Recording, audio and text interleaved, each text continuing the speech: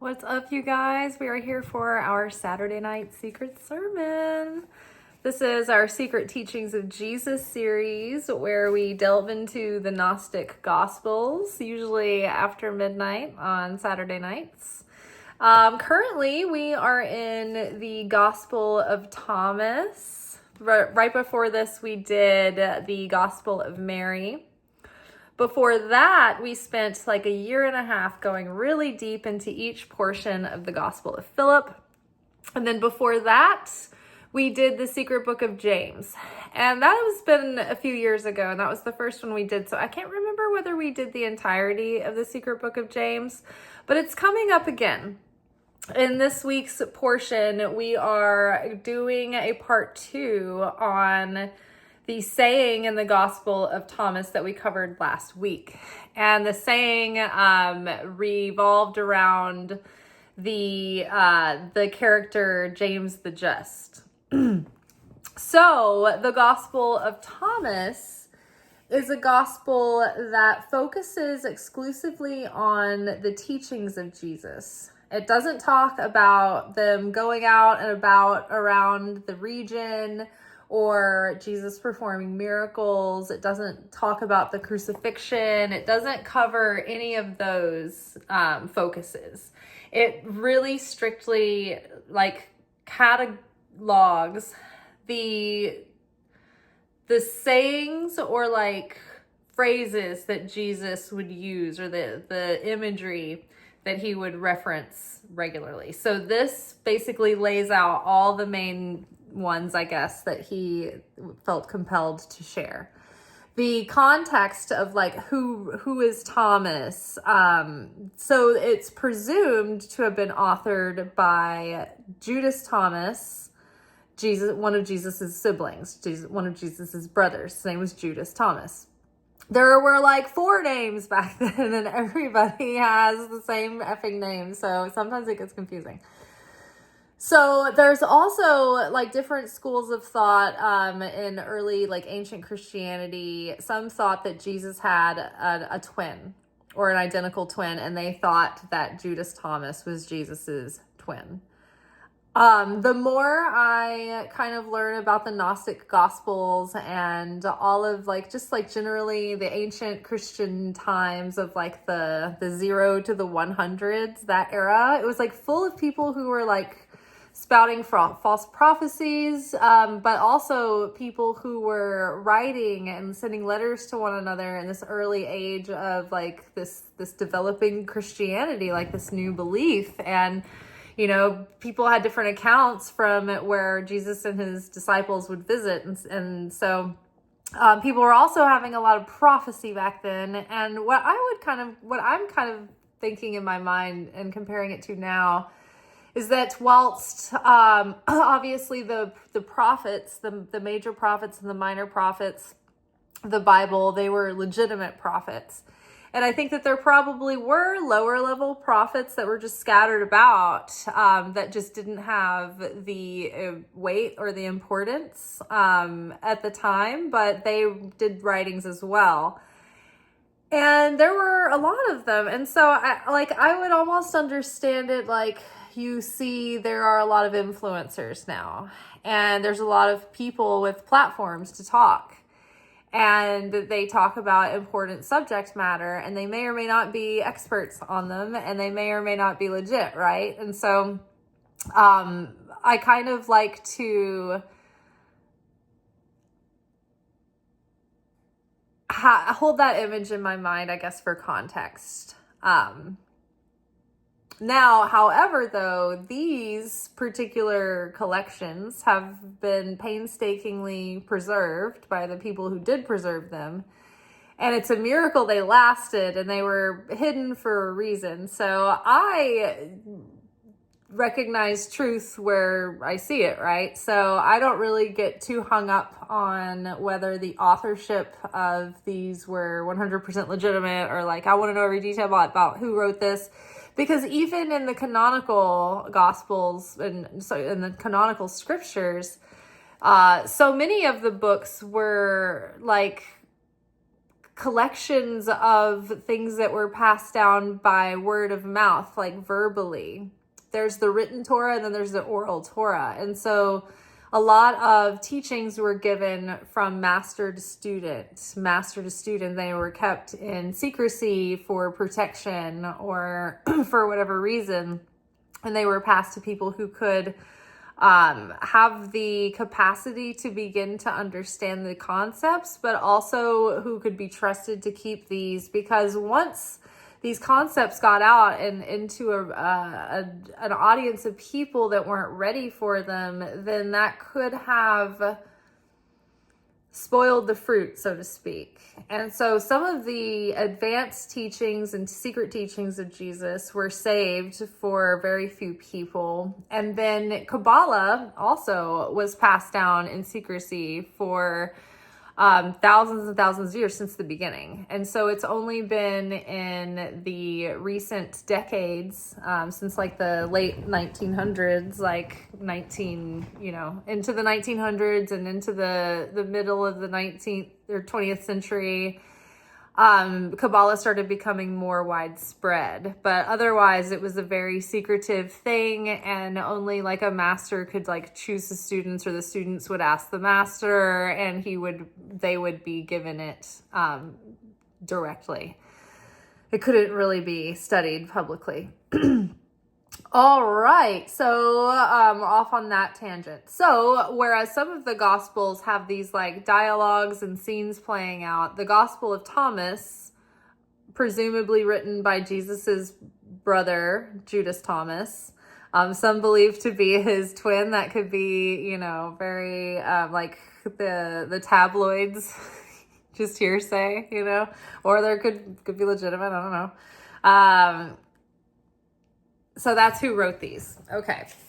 So the Gospel of Thomas has been these few sentence long phrases and quick conversations and things Jesus says that have to do with his teachings. And last week we, and then instead of having like titles, the teachings are numbered.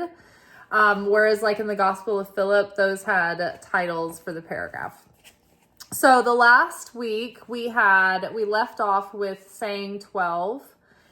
And I said I might go do some research this week and come back to it. So part 12, saying 12, has to do with Jesus referencing James the Just.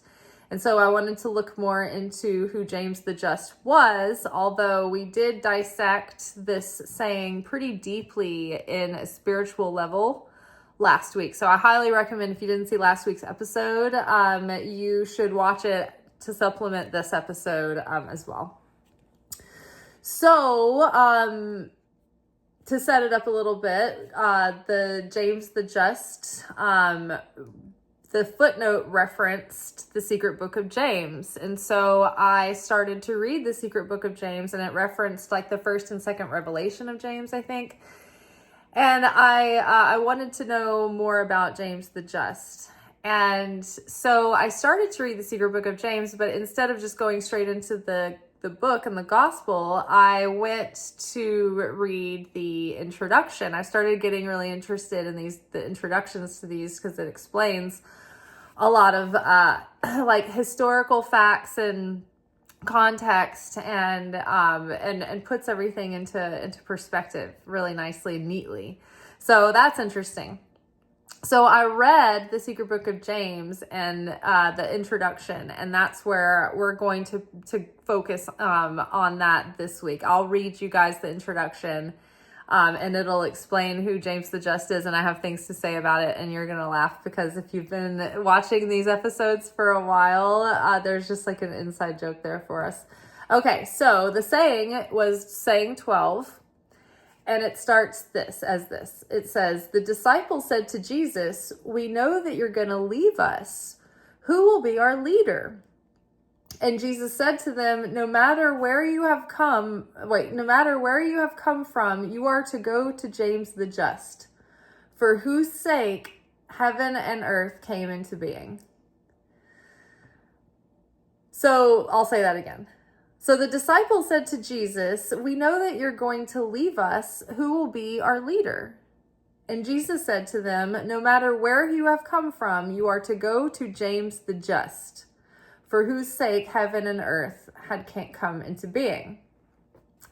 Now, James the Just was Jesus's brother, and him and Peter were left in charge of the church.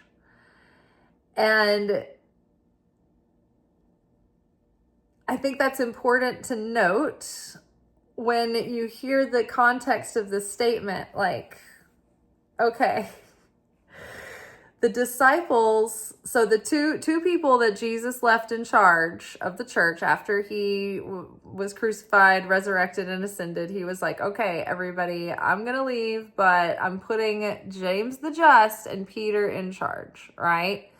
So these conversations in the Gnostic gospel sometimes take place like later after the crucifixion, and there's like this period of time where Jesus was like talking to the disciples. But I think that this was before Jesus was crucified. And they were like, I know that something's coming. Jesus, you've been saying you're going to leave us. Like, who's going to be our leader, right? Who do we go to? Who to refer to when we need guidance, Jesus? About your church. So the disciples said to Jesus, look, we know you're going to leave us. Who will be our leader? And Jesus said to them, no matter where you have come from, you are to go to James the Just, for whose sake heaven and earth came into being. Now, he was just like, he didn't even mention Peter.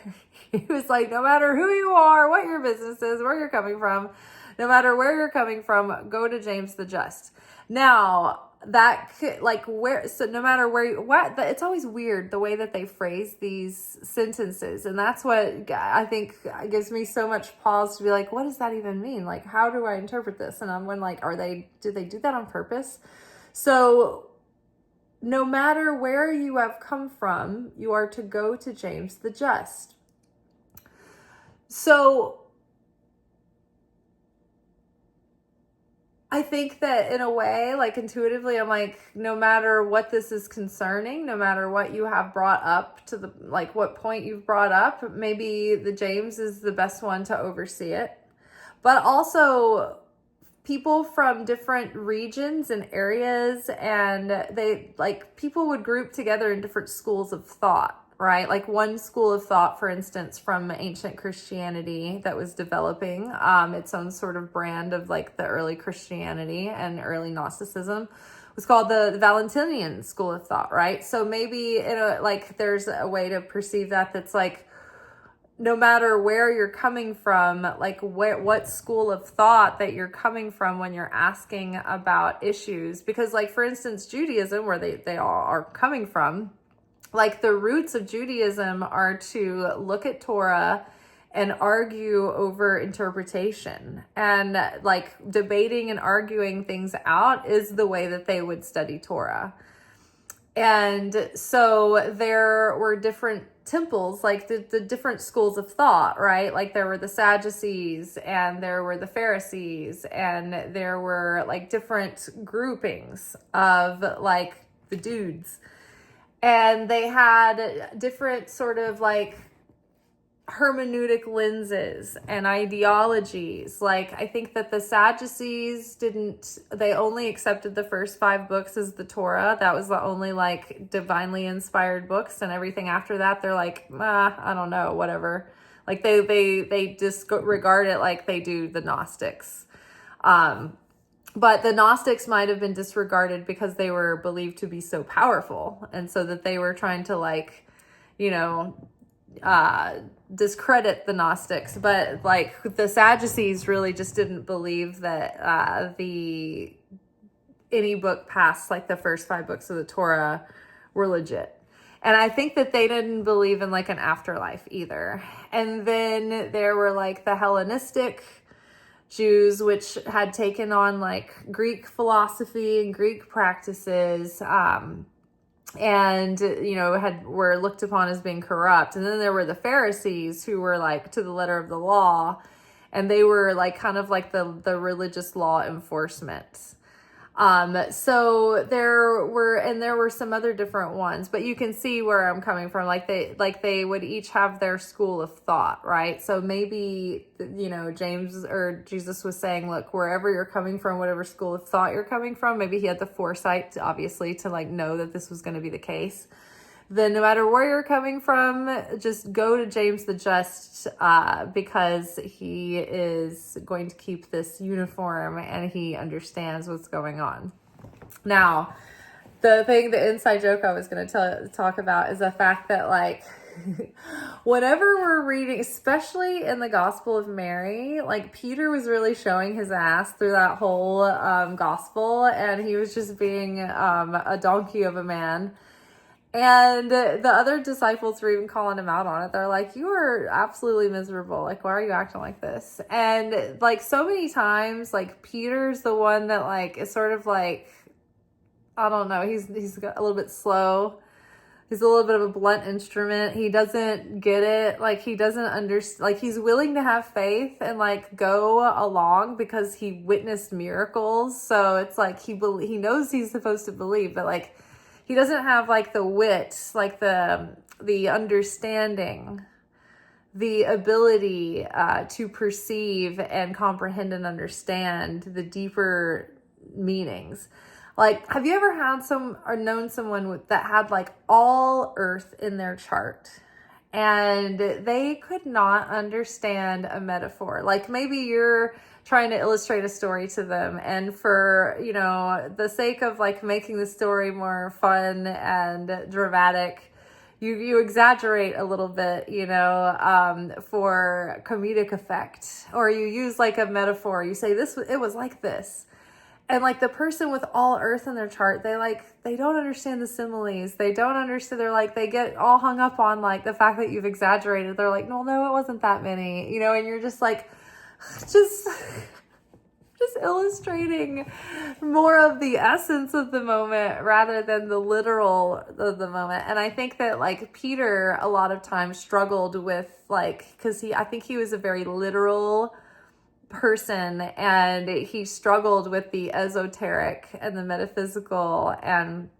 the deeper kind of poetry of things. And he proves it all the time, because he's always like not understanding, and then like he kind of is like always hating on Mary because she understands and he doesn't. She's a woman, and he's kind of like a misogynist a little bit. He's a tough guy. He's a tough guy. Maybe not a misogynist, but he's definitely a bro's bro for the times. Okay, so in regards to this question, Jesus, we know that you're going to be leaving. Who is to be our leader? And Jesus said, no matter where you've come from, go to James the Just, for whose sake heaven and earth had come into being. Now, when I go down here on James the Just, like I'm looking at the footnotes, it says, see the New Testament Acts of the Apostles, Gospel of the Hebrews, the Secret Book of James, the first and second Revelations of James, and there's a couple of more like references in Latin there. So I went over to read the introduction to the Secret Book of James. And I thought that this was really funny because the whole setup, the whole introduction is kind of giving the backstory about James the Just and Peter and the Valentinian, or the people at the time, like the Gnostics, like how... Okay, here we go. The Secret Book of James.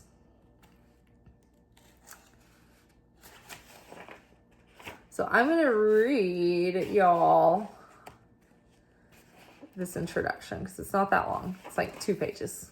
But I think it'll give you a good understanding of who James is and why Jesus would say, if you have any questions, just go to James. Even though he put Peter and James in charge. Okay.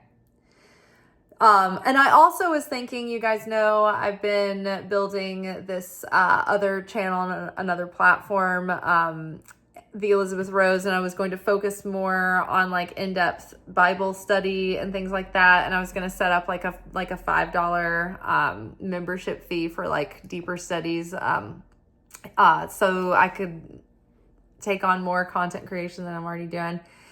And I think that I'm going to go back and do the Secret Book of James again, and take that on maybe for the first, one of the first projects on that. So I'll let you know. That'll be something I'm cooking up as soon as I can get my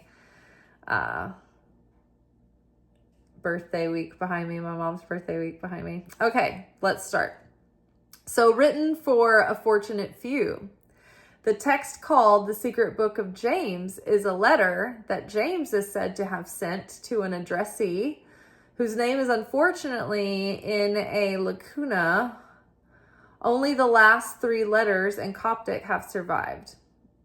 The tractate is a Coptic translation from a Greek original now lost, and it occupies the first 16 pages of the Nag Hammadi Codex. So the Secret Book of James is like a letter sent to, like the letter to the Corinthians or whatever. It's like somebody addressing a group or a person through a letter, and they're sending like their thoughts through a letter to these people. This was found in Coptic, so that's an Egyptian Christian language. So this is part of the Nag Hammadi scriptures that were found in Egypt. So the original manuscript that they had found was in Greek, but it's been translated from Greek to Coptic, but the Greek manuscript was destroyed. And they didn't know who the addressee's name was because that part was destroyed. In general, the text is well preserved, although some lines are in bad condition. At the top of the first 3 pages, the text is untitled in the manuscript. However, the ancient author, who employs the authoritative pseudonym of James, refers to his letter as an apocryphon, or a secret book, hence the modern title of the tractate. So it's talking about how the author who wrote the Secret Book of James is using the pseudonym of James. He's using that name, but it's like a disguised name. Now, like I was saying earlier, there's a lot of oral Torah and tradition that was passed down from teacher to student, word of mouth. And so a lot of times in those cases, that teaching wasn't written down until later. So this book itself was written in they think either the end of the 1st century or the beginning of the 2nd century. Or into the 2nd century and into the 3rd century. At the end of the 100s, either at the end of the century and during which Jesus lived, or the beginning of the next one.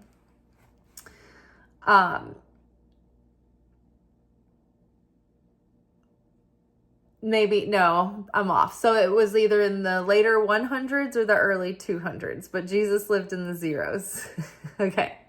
All right. So it was written a little bit later, like a couple generations later, but it could have been passed down word of mouth. They are calling this a work of fiction, but again, when you look at the context of the Bible, a lot of things are myths that are passed down, and it's not exactly like a history book, So again, that doesn't make this any more or less legitimate than it is.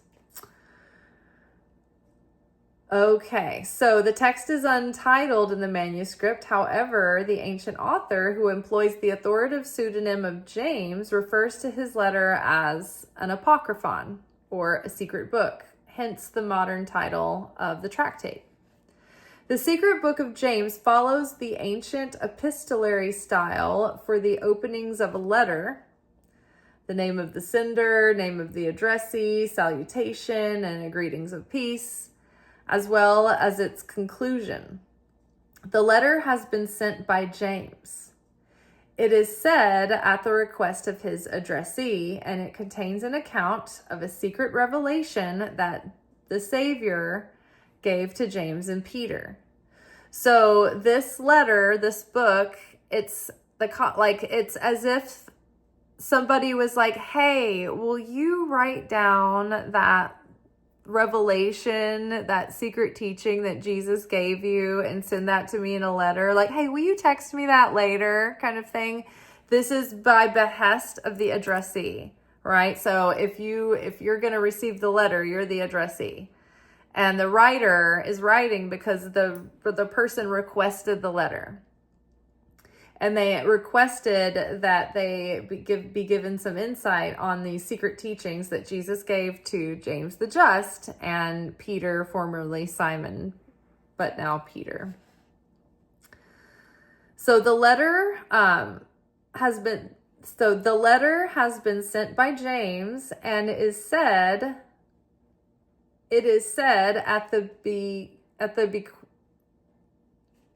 the letter has been sent by James, it is said, at the request of his addressee. And it contains an account of a secret revelation the Savior gave to James and Peter. James recalls that he wrote the letter, which is esoteric in its content in Hebrew letters. And he asks his addressee not to share this writing with many. Even the Savior did not want to deliver this message to the 12 disciples, but only the 2 of them. So very important here. So James recalled that he wrote the letter, which is esoteric in its content, in Hebrew letters. Now, 2 important things to understand here. The letter that James wrote is esoteric in its content. So it's like talking about these spiritual matters in terms of like from a symbolic perspective. It's like it's talking about like the greater reality and life beyond this realm and creation and the soul, and it's like referring to a spiritual world through symbolism. But it's also written in Hebrew letters. So Hebrew letters, the Hebrew language, the whole Torah is written in a code. It's a coded manual. And the surface story that you read, whether it be myth or history or what have you, the surface level is only the clothing of the Torah. It's not the soul of the Torah. So if you stop at the surface level and just read the story of like, hey, this happened one time, then you're missing most of the most important parts of what's going on. And there's like 4 layers going down and down and down, but the deepest layer is that soul of the Torah. And so it's like completely written in code. And the Hebrew letters themselves have numerical value, each letter. And so each word, it's spelt a particular way to give it a certain numerical value.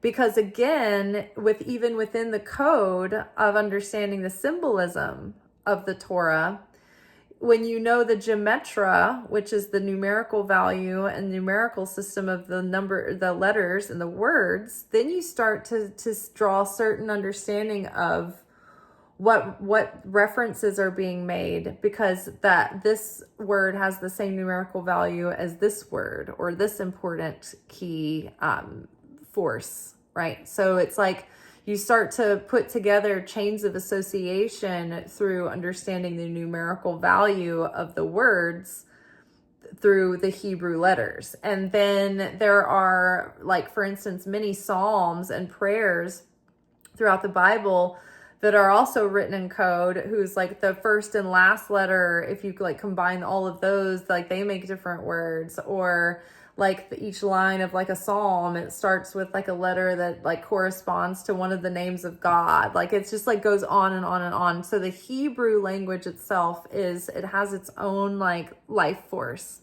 its own consciousness. Each letter has their own vibration, their own personality. The Torah, the letters of the alphabet, the Aleph Bet, were the building blocks of reality. And so they all each have their own little like personality, and just kind of the way that we would understand like the elementals kind of like can be, mischievous and have like their own sort of personalities. Like, so too are the Aleph Bet, the letters of the Hebrew alphabet, and the words of the Torah. Like, they make up their own, they have their own, like, they're like a force of nature. So that is very significant that this letter was written in Hebrew letters, because there are layers of coding that are written and hidden within these messages. So I'm mad that I don't have this in Hebrew. It'd be so much fun if they had that like a transliteration where you could see the Hebrew letters written out phonetically and English letters, but then the Hebrew letters written the way they're supposed to be, and then the English translation. That's always fun to study that way. So James recalls that he wrote the letter, which is esoteric in its content, in Hebrew letters. And he asks his addressee not to share this writing with many people. Even the Savior did not want to deliver his message to the 12 disciples, but only to 2 of them. Doubtless, the addressee is worthy of receiving the secret teachings, as is shown by the title James gives him, a minister of the salvation of the saints.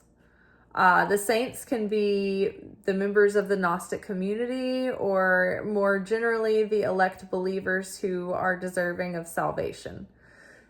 So they're like, James is writing this person a letter, then they must be like worthy of like receiving these teachings.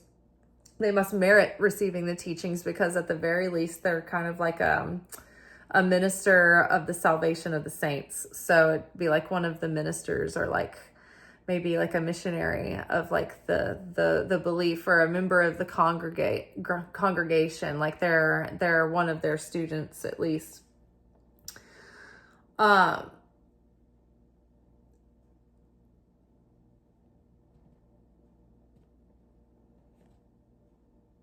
faith given through this discourse, this logos, will automatically confer salvation upon them.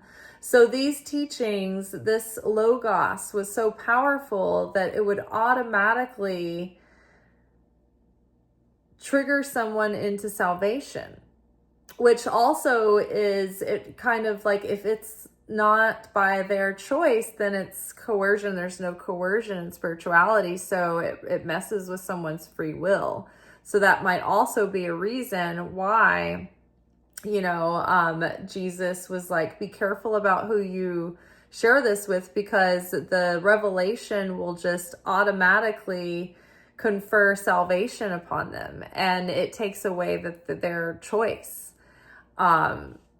Maybe that's where that's coming from.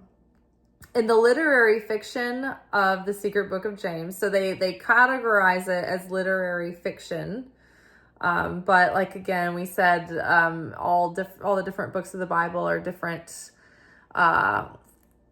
I don't know, what do you call that? Like there are different genres of writing. Some are fiction, some are nonfiction. Some are myths, some are not. So again, I don't think that makes this any less valid. So in the literary fiction of the Secret Book of James, the events depicted happen 550 days after the Savior's resurrection, at a time when the 12 disciples all sit together and are writing down in books what they remember of the words Christ told to each of them during his earthly life. So, slowing that down, they're saying that the events that they are talking about that happened were 550 days after the Savior's resurrection.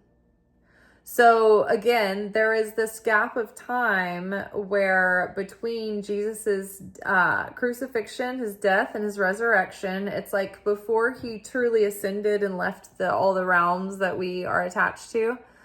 he was coming back and spending time, like completing his teachings with the disciples and giving them higher levels of like knowledge and understanding that he wasn't able to give them before the crucifixion. So this happens 550 days after the Savior's resurrection, at a time when the 12 disciples were all sitting together and writing down in books what they remember of the words that Christ told to each of them during his life. This constitutes an important piece of information about how the disciples shaped Christ's logia, or Christ's message, right?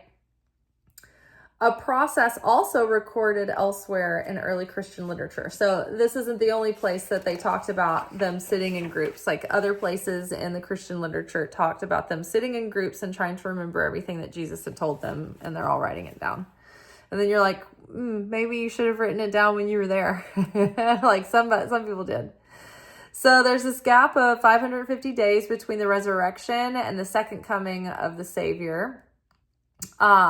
Can be compared with a tradition recorded in the Ascension of Isaiah, a Jewish apocryphal text with Christian interpolations, which speaks of a period of 18 months or 540 days.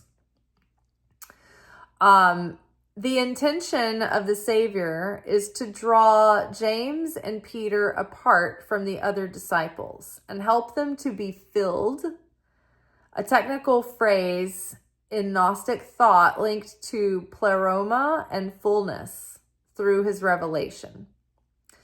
James is receptive to the words of the Savior, but Peter shows no understanding.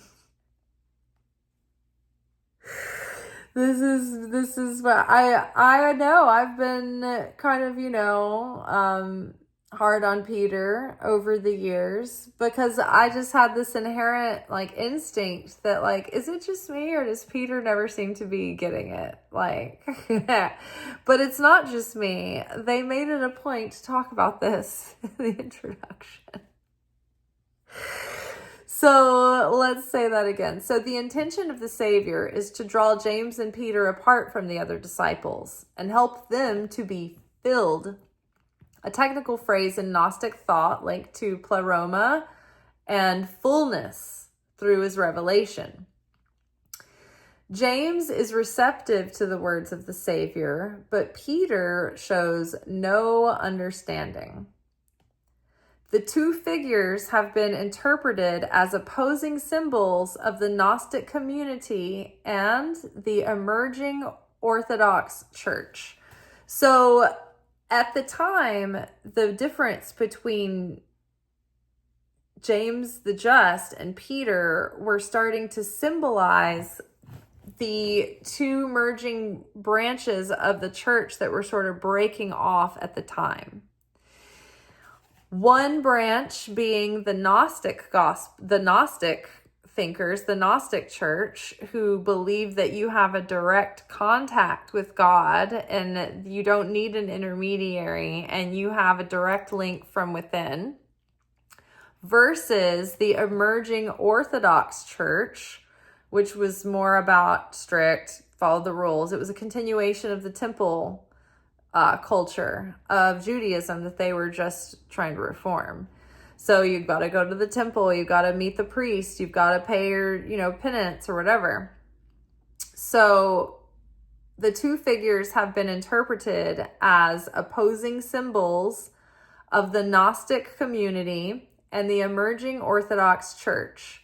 Think about like in politics, right? When we have these different parties and the more polarized they get, the more they branch off, right? Well, the Gnostics and the Orthodox were butting heads like more than anybody else because the Gnostics really didn't believe that there was absolute necessity for the church system, the temple system. And the Orthodox Church was falling in more in line with Roman authority and falling into like, hey, let's cooperate with the Romans because, this is going to help them too. We're going to be, closer to power that way. The Romans were trying to get the people organized by adopting Christianity. It wasn't like they loved it and they got saved. They just were like trying to prevent a revolt. So, and Peter was like, I guess, leaning more towards that patriarchal, direction and foundation of control and regulation and law. And think about it, literally, that's what he could relate to. He couldn't relate to the greater, bigger, deeper concepts. He never showed any understanding. But what can Peter lean on as a former, wild child? Rules, regulation, discipline, structure, right? And so that's what he kind of clung to. And then remember when they were like, Jesus, well, I know you're going to leave us. Like, who should we go to for leadership? Who's going to be our leader? And he's like, wherever you are, wherever you're coming from, go to James the Just. Right? James the Just, splitting off into representing the Gnostic school of thought, the Gnostic community. Okay, so members of the Gnostic community have no need of an intermediary to obtain salvation, while the members of the great church are grounded in an ecclesial structure that they need if they are to be saved. Such ideas are advanced in the Secret Book of James. The Savior's teachings are expressed through a series of opposing Gnostic metaphors, like drunkenness and sobriety, waking and sleeping, being healed and being sick, emptiness and fullness. These metaphors belong to the common heritage of late antiquity. Yet taken together, they express themes typical of Gnostic teaching. The Savior utters teachings consisting of sayings, parables, and prophecies organized into a dialogue in which James asks questions of the Savior. As for Peter, he plays a small role in this dialogue, and he limits himself to a polemical statement showing his lack of comprehension.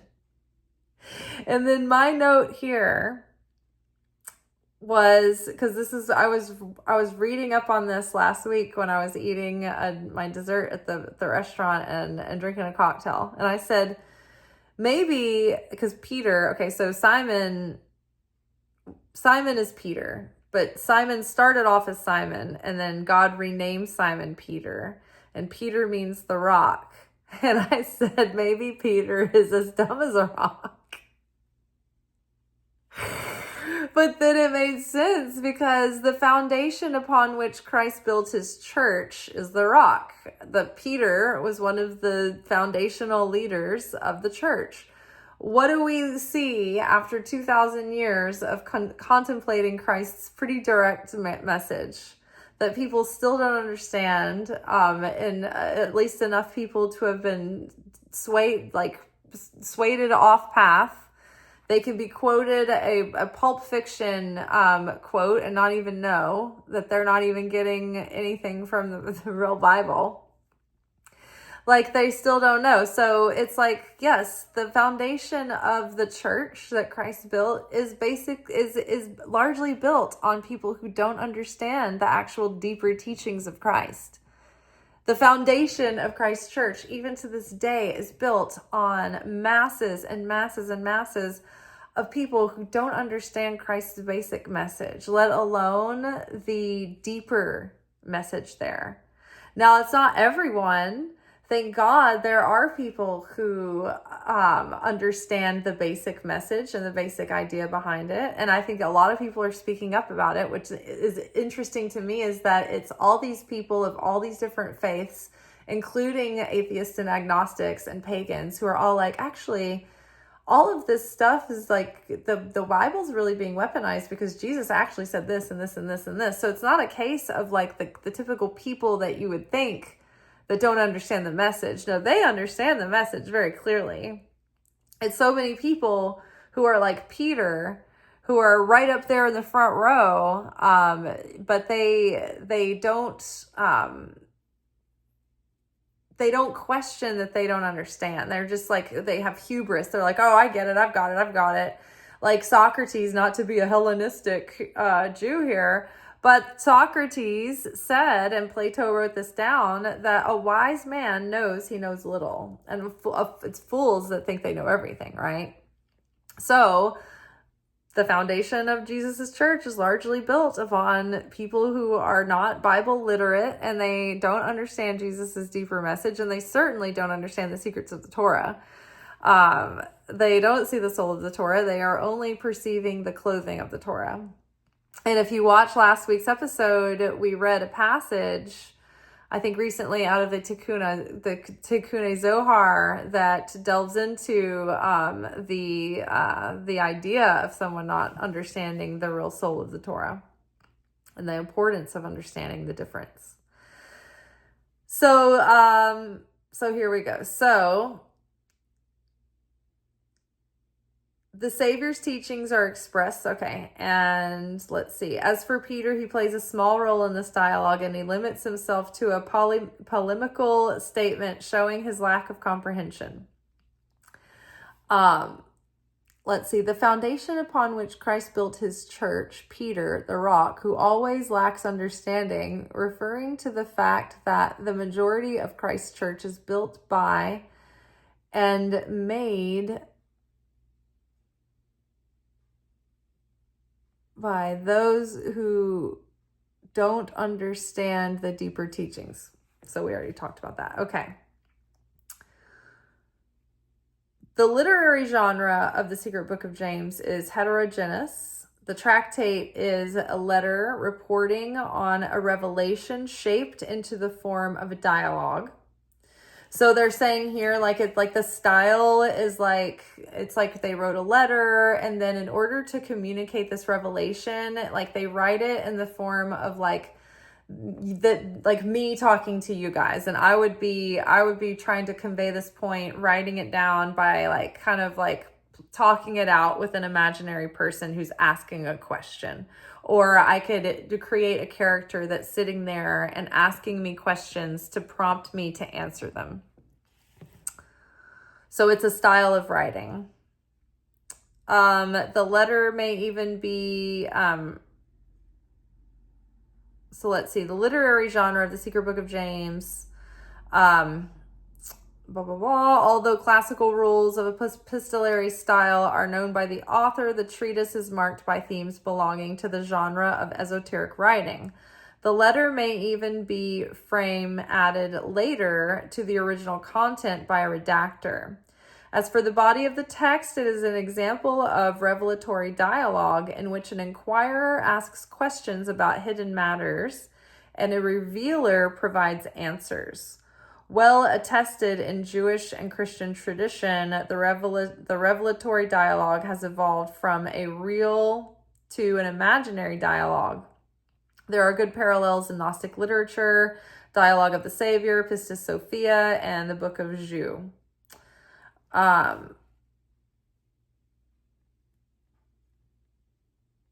So the two capstone themes are present in the Secret Book of James, that of the fullness and pain, which the fullness is when you have an understanding of the revelation. It's like it all makes sense to you. Okay, I'm seeing everything so clearly. I have a deep understanding of the wisdom of the Torah. I understand the secret, like symbolic meanings behind things. Like it all makes sense. I can see with perspective. I can have foresight and awareness. Like it's about that kind of 360 level prophetic understanding that Jesus has given them to the fullness, and they are fulfilled in that knowledge, right? So the idea of being full versus empty, and which we have been talking about that concept too over the past week, about emptying your vessel of the lesser light so that you have the fullness of the desire to receive the greater light, right? This part of the tractate is guided by the polemical intention of the author against Peter and the official church. But the polemical character of the secret book of James is veiled, and the author maintains a prudent attitude when dealing with these matters. The polemical features of the text may suggest that the secret book of James speaks to a situation in which the authoritative structures are being established and the text is reacting against them. I'm just skimming to see if there's anything that's more.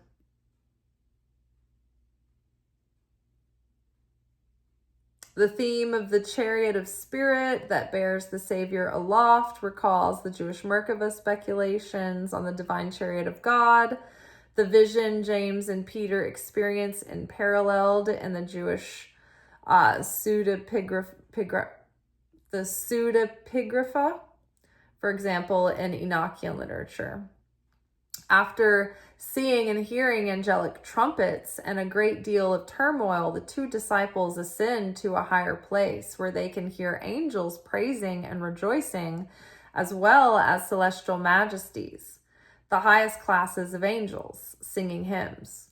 Going further up in spirit, James and Peter approach the majesty, the highest God, but they are allowed to hear and see no more.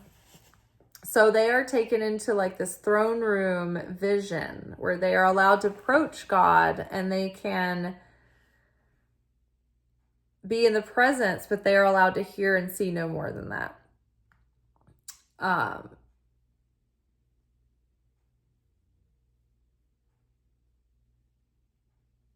The research of the book is rich, according to a bunch of people. This letter is a Gnostic composition belonging most likely to a Valentinian school of thought. This interpretation is strengthened by the fact that the secret book of James is part of a codex with Valentinian features.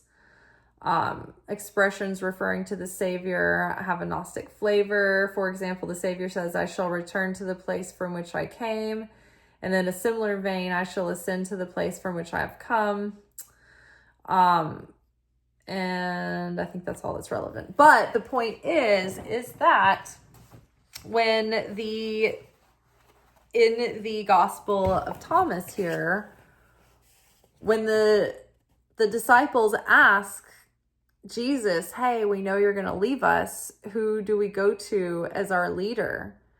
And he says, "Wherever you have come, you are to go to James the Just, for whose sake heaven and earth have come into being."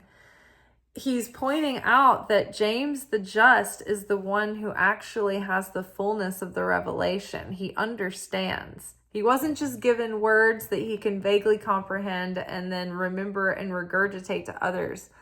James understood the revelation, like, from the depths, like he could probably expound upon it, whereas Peter did not understand. Like, Jesus is trying to give these two different people the same vision, and James the Just completely understands it and gets it and runs with it and like takes that in the fullness, and Peter's still just like, "I don't know what happened. It was so crazy. It was so weird. Oh man, there was like all these like, noise and the angel," and he's probably just obsessed with like what he saw. And then James is like getting like the underlying like message underneath the vision, if you've ever had if you've ever done the psychedelic thing and you've also happened to do it with that one friend who has all earth in their chart and they're super literal, then their experience kind of ends with the visuals. They're like, "Oh wow, I had all these trippy visuals. I hallucinated."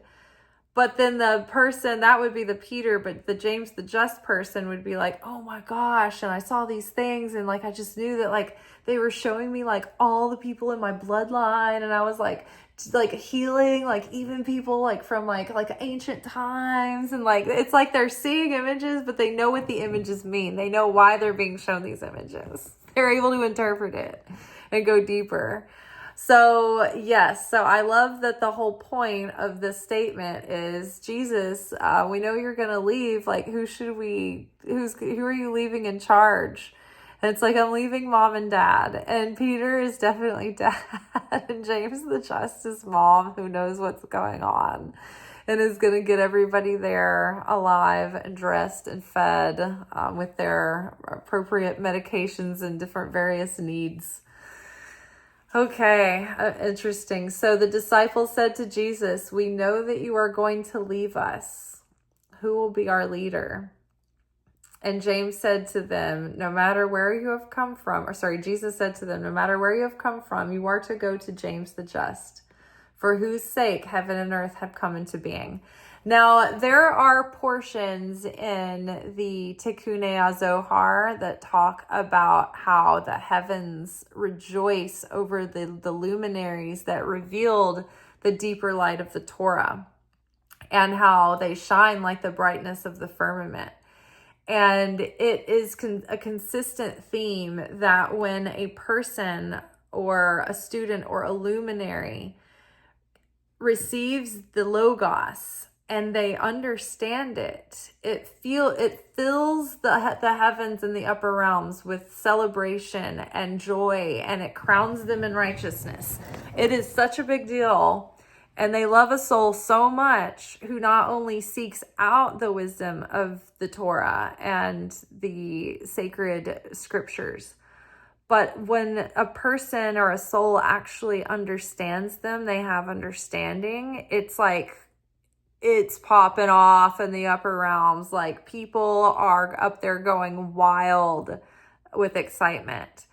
And that they like, it's like the sun and moon rise and set for these people, because they are actually revealing not only the light of the Creator, but by their understanding of these words, they're actually allowing the masculine essence of God to unite in oneness with his bride, the Torah, and be brought together into their fullness, right? So it's a very big deal, and it's talked about all the time. Like in the Gospel of Philip, somebody's like, "Jesus, why do you love Mary above all other women and even more than us?" And Jesus, like, I can't remember, but he says this like freaking scorching burn, and it's like, well, if you were like two blind people hanging out, then you would have a lot in common and you would totally get each other. But like, once one blind person was able to see the light,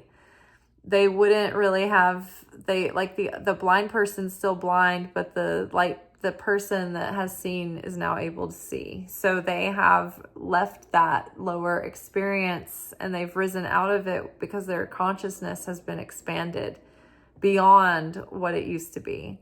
So the blind person is still in the dark while the other person has seen the light. And so he was basically telling the disciples, yeah, I like her better because like we can talk. We can both expand and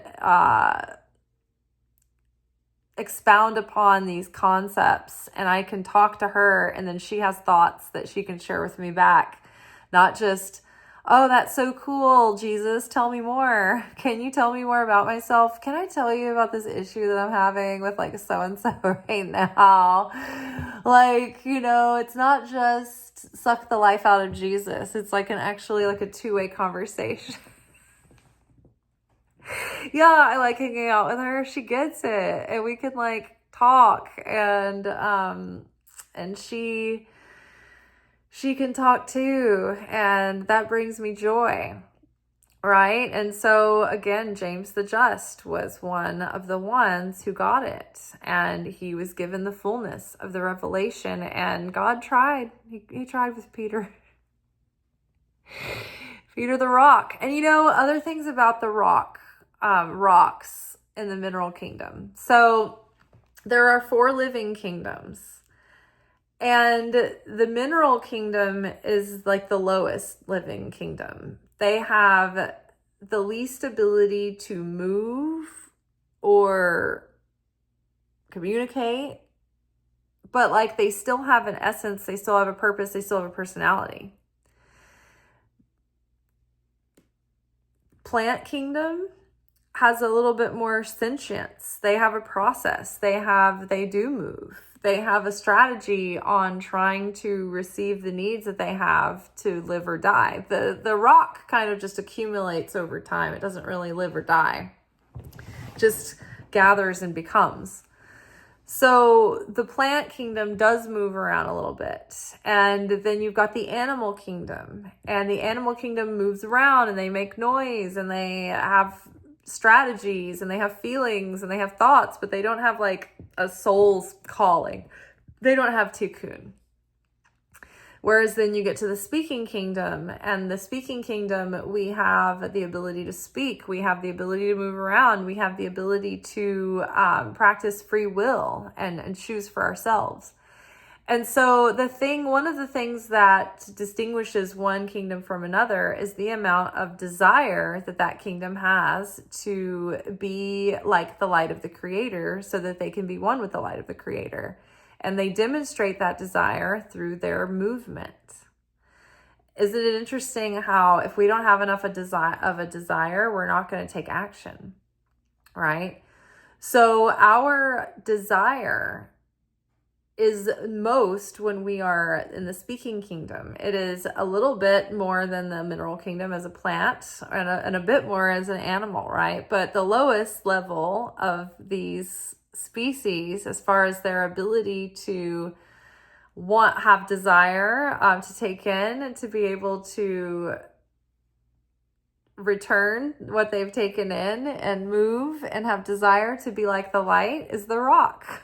So again, yes, the rock is solid, the rock is stable, sturdy to build foundation on. But when you look at all the other things that we know about a rock, and then you consider that Peter never understands, it just makes me laugh. And I wonder if if he was like chuckling a little bit too. As Peter's like, I'm the rock. Yeah, it's badass. He's in the mineral kingdom, guys. And they're all like, okay, all right, I'll leave Peter alone for the rest of the night. All right, y'all, that is all for this evening. I thought that was interesting we went into heady concepts last week, deep stuff about the nature and structure of the universe as it revolved to James the Just. We referenced some deep secrets from Abraham, and I think it was interesting this week to just get a little bit of literal context around who James the Just was and where he fell as far as like his grades in the class. All right, that is all for tonight. Tomorrow we will be back together for our weekly energy oracle forecasts, where we are getting the spiritual weather report for the week. What kind of energy and things we'll be living and moving and having our being in. All right, until then, ciao.